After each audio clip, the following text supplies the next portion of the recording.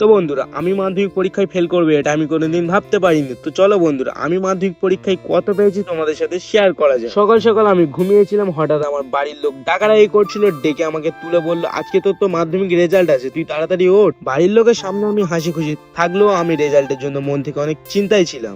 সেদিন বাড়ির কাজ হচ্ছিল, তো আমি ব্রাশ করতে করতে একটু কাজ দেখছিলাম, তারপর ঘরে গিয়ে হালকা করে ফ্রেশ হয়ে নিলাম।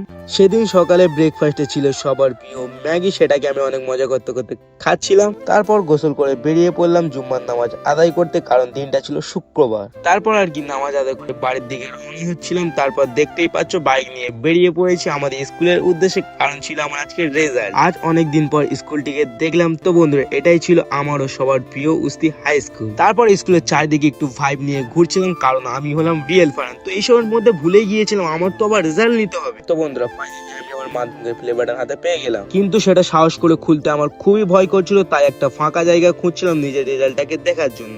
তারপর মার্কশিটটা দেখে আমি ভাবতেই পারিনি আমি মাধ্যমিক পরীক্ষায় এত বাজে নাম্বার পাবো। আমি মাধ্যমিক পরীক্ষায় কত পেয়েছি সেটা যদি তোমরা জানতে চাও, তোমরা তাহলে বেশি বেশি করে কমেন্ট করো, আমি তোমাদেরকে জানিয়ে দেবো। তো আজকে ছিল এই পর্যন্ত মিনি ব্লগ। এরকম যদি তোমরা আরো মিনি ব্লগ দেখতে থাকো তাহলে আমার ইনস্টাগ্রাম আইডিটা ফলো করে নাও। তো টাটা, লাভ ইউ, সবাই ভালো থাকবে।